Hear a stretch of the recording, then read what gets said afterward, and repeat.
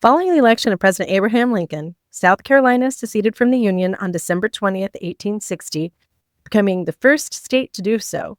Other states soon followed suit, and America would never be the same and still is not today.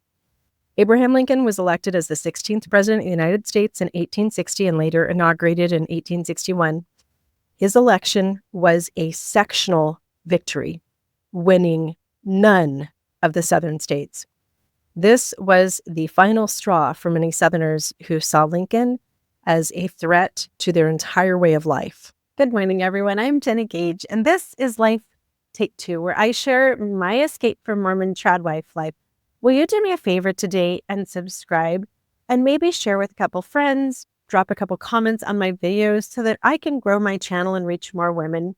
Women's voices historically have not been heard. Their stories have never been told. Many of the most impactful women in history would vanish completely if it weren't for the stories of their husbands, which just happened to include them. With the invention of social media, for the first time ever, more women's voices are being heard and stories told across the world than ever before.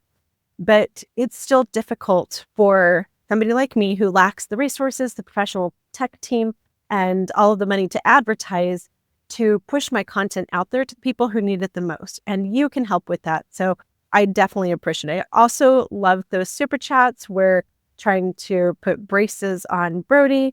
That's where all that money's going. So thank you those who have helped with that. If you followed me over from another platform and you're not familiar with YouTube, there's a little super chat button somewhere down there that you can click and share me and Brody's teeth some love. For a year and a half, my best friend was a 92-year-old man.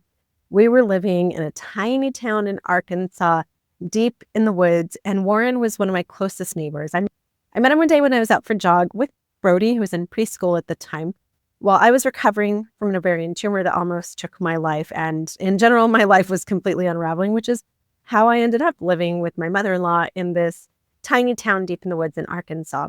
Warren and I had almost nothing in common on the surface. First of all, the generation gap.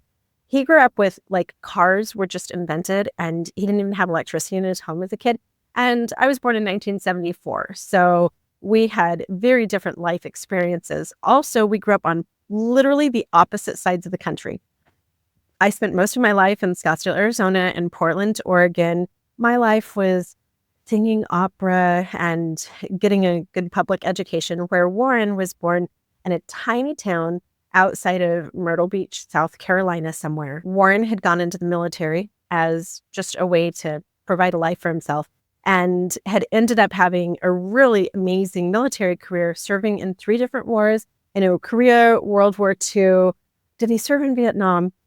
I'll try to find a bio and I'll link him in my description. And I'm also going to link an article that I did on one of my original blogs way back in the day, where I pay homage to this beautiful best friend of mine and all of the amazing things that he taught me. So Warren was something like 6'2", and you can't tell on social media, but I'm not even 5'3". And I was really tiny at the time. I was about 97 pounds because I was recovering from a tumor. And Warren first caught my eye because I saw this man with muscular arms and these overalls out underneath the oak trees with a rake, raking stuff up. And then as he turned around, I saw the wrinkles in his face, and his body and his face absolutely did not go together. So I asked my mother-in-law who that man was, and she said, "Oh, that's Mr. Warren Broome." And Brody thought it was really cute because he's like, "Oh, he's sweeping." And we had to point out that wasn't a broom, it was a rake, and he was raking up leaves. So I grabbed Brody and we went over and spent the rest of the day with Mr. Broome. You guys, I can't talk about old people without crying, so sorry, a little cry break there. Anyway, despite all of the differences, Warren and I had so much in common beneath the surface. He had a bright, inquisitive mind, but hadn't had much education, which is pretty much me in a nutshell.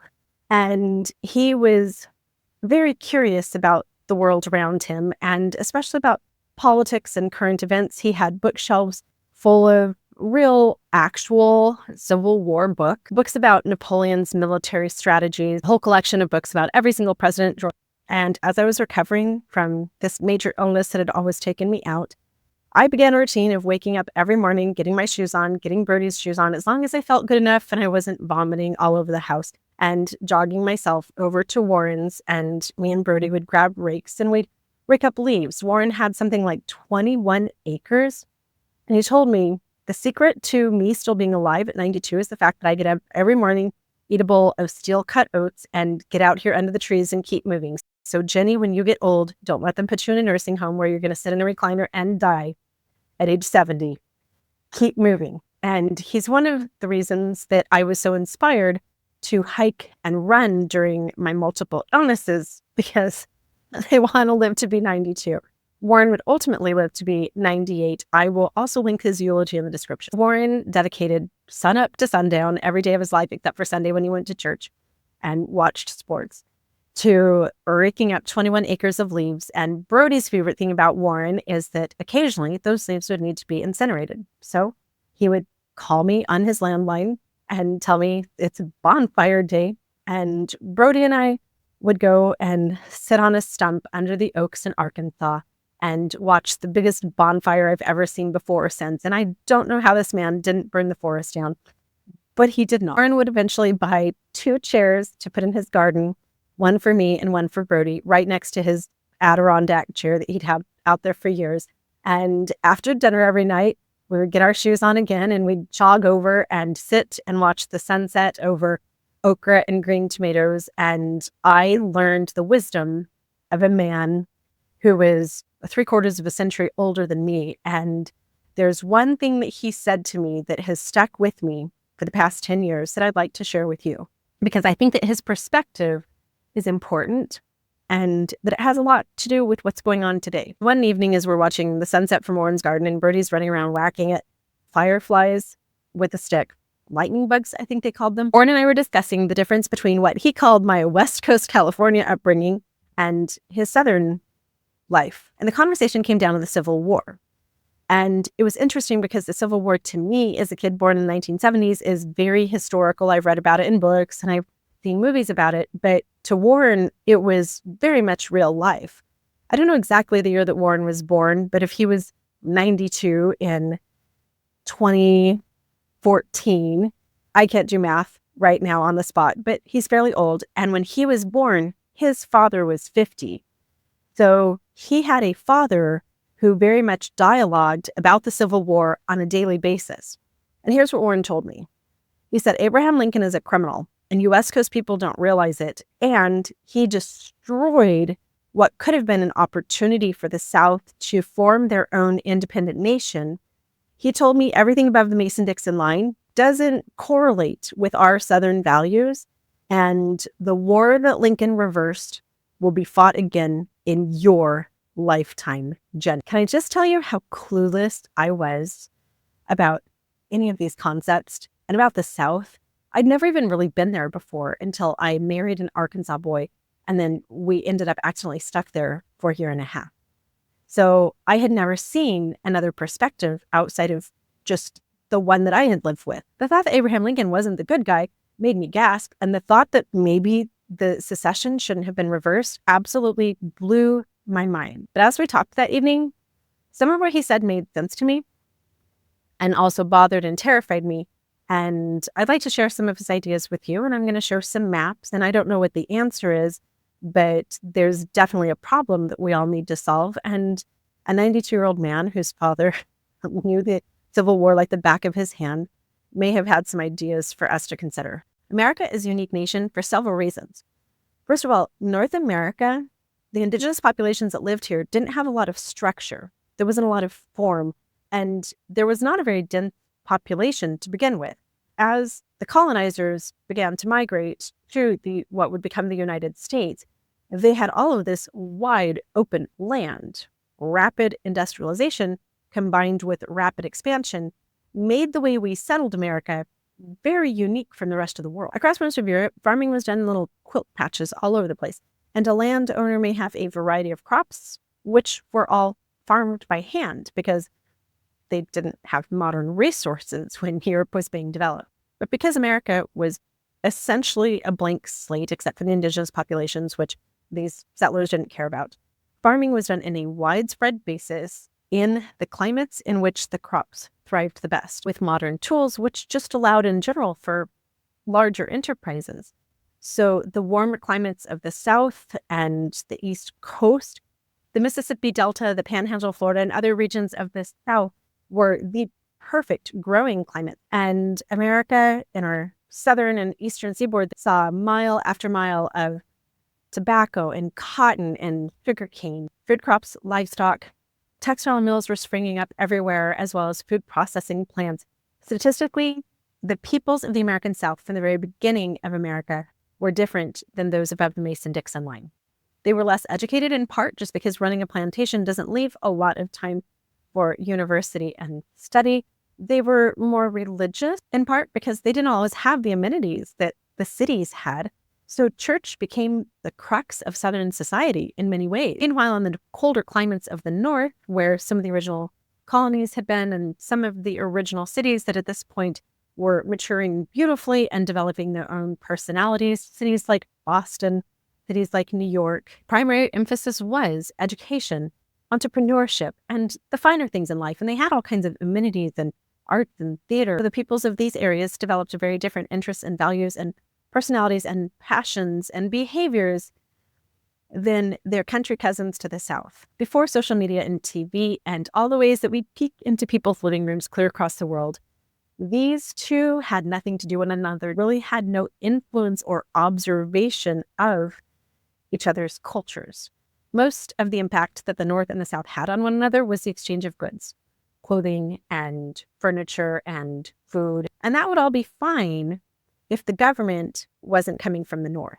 As these two populations of people developed very different personalities, the South became less and less excited about the policies coming out of a very different ideology, which would inevitably lead to secession on February 8th, 1861. And then, as my history books told me in my West Coast California life, I'm actually from Arizona, but Mr. Broome never cared about that little detail. That would eventually lead to civil war, which I had always been taught was an inevitable outcome of the Declaration of Secession. But Mr. Broome had different ideas. He said the North and the South can never coexist because of the difference in the populations. They shouldn't be the same country. If the North has a Democratic leader in the White House, the South suffers. They feel like they're giving up religious freedom. They feel like they are being imposed with taxes to feed the billionaires. And if the South has leadership in the White House, then the North feels like all of a sudden they're losing their right to gay marriage and to atheism and all of those things that they hold dear. And these two populations can never be happy as long as they are one. He told me that because Lincoln had forced the South back into the Union, that eventually the South would try to run away again. And as I sat in his garden that night, I started to have a perspective on things that I had never had before. And it's all I can think about right now as we go through this election where part of the country is extremely happy and part of the country is terrified. And none of us are getting along. And we're all talking about the bipartisanism, but we're not talking about the root of that. And we're not talking about how the agricultural Southern plantations that have now morphed into what we have in 2025, which is still a very different part of the country than the Northern and the West Coast part, as we can see in this map of our last election, which still mirrors the Mason-Dixon line, except now we've added a few more states. I personally think that Mr. Broome is right. And let me tell you why I think that now more than ever. As this election was going strong and the different candidates were pitching their stump speeches, every time I hear people talk about Make America Great Again, all I see is white supremacy and the suppression of women and minorities and a return to ways that to me are absolutely horrifying. And I would never want our nation to go back there. I also know that from conversations with my friends who are huge MAGA supporters, that when they hear somebody talk about gay rights, when they hear somebody talk about abortion, they feel like they are fighting for their life. This isn't about bipartisanism, and this isn't about Democrats and Republicans. This is about two very separate nations who were glued back together by a very well-meaning man named Abraham Lincoln. And we were all just jimmy-rigged together in ways that maybe we shouldn't have been. and that we maybe can't ever repair. I recently watched in horror this week as Fort Bragg, which President Biden had renamed Fort Liberty because Bragg is a Confederate soldier, was reverted back to Fort Bragg. And I saw Southern friends in my Facebook feed celebrating like this was the best thing in the world. And my first instinct was, these guys are crazy.